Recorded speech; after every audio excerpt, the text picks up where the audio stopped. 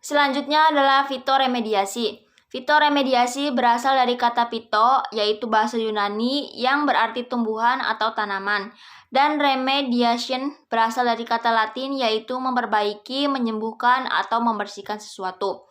Fitoremediasi adalah suatu sistem di mana tanaman tertentu bekerja sama dengan mikroorganisme dalam media tanah, koral, dan air sehingga dapat mengubah zat kontaminan yang berupa pencemar atau polutan menjadi kurang atau tidak berbahaya, bahkan menjadi bahan yang berguna secara ekonomi. Sehingga dapat dikatakan bahwa fitoremediasi adalah upaya penggunaan tanaman dan bagian-bagiannya untuk dekontaminasi limbah baik secara ex situ maupun in situ pada tanah atau daerah yang terkontaminasi limbah. Selanjutnya adalah penerapan fitoremediasi. Fitoremediasi merupakan suatu upaya untuk menanggulangi pencemaran dengan menggunakan tumbuhan tertentu. Tumbuhan yang digunakan umumnya adalah tumbuhan yang dapat mendegradasi polutan.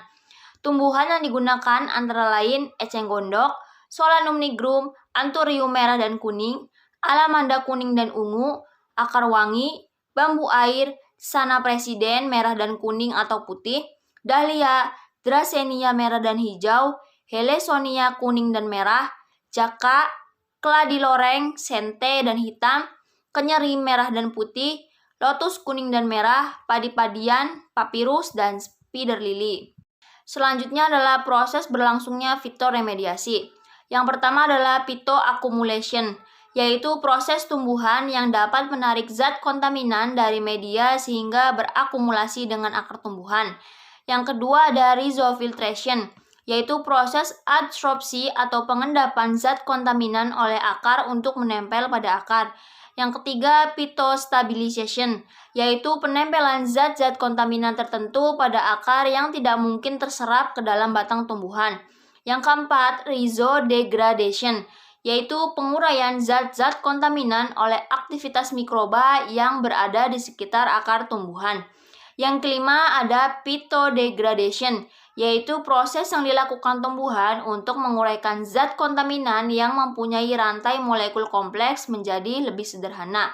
Yang terakhir ada phytovolatilization, yaitu proses menarik dan transpirasi zat kontaminan oleh tumbuhan dalam bentuk larutan yang terurai sebagai bahan yang tidak berbahaya untuk selanjutnya diuapkan ke atmosfer. Selanjutnya ada kelebihan dan kekurangan fitoremediasi. Kelebihannya yaitu mudah digunakan, selain itu teknik ini merupakan teknik alternatif yang murah jika dibandingkan dengan cara remediasi fisikokimia maupun bioremediasi yang menggunakan mikroorganisme berupa bakteri, kapang, dan jamur.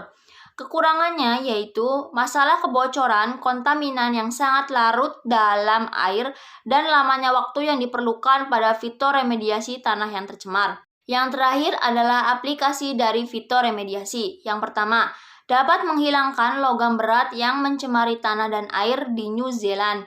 Yang kedua, dapat membersihkan tanah dan air, terutama tanah yang mengandung bahan peledak seperti TNT, RDX, dan amunisi militer di Tennessee, USA.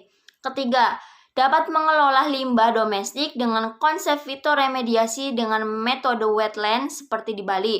Dan yang terakhir adalah fitoremediasi fosfat dengan pemanfaatan eceng gondok atau bahasa latinnya Eichhornia crassipes.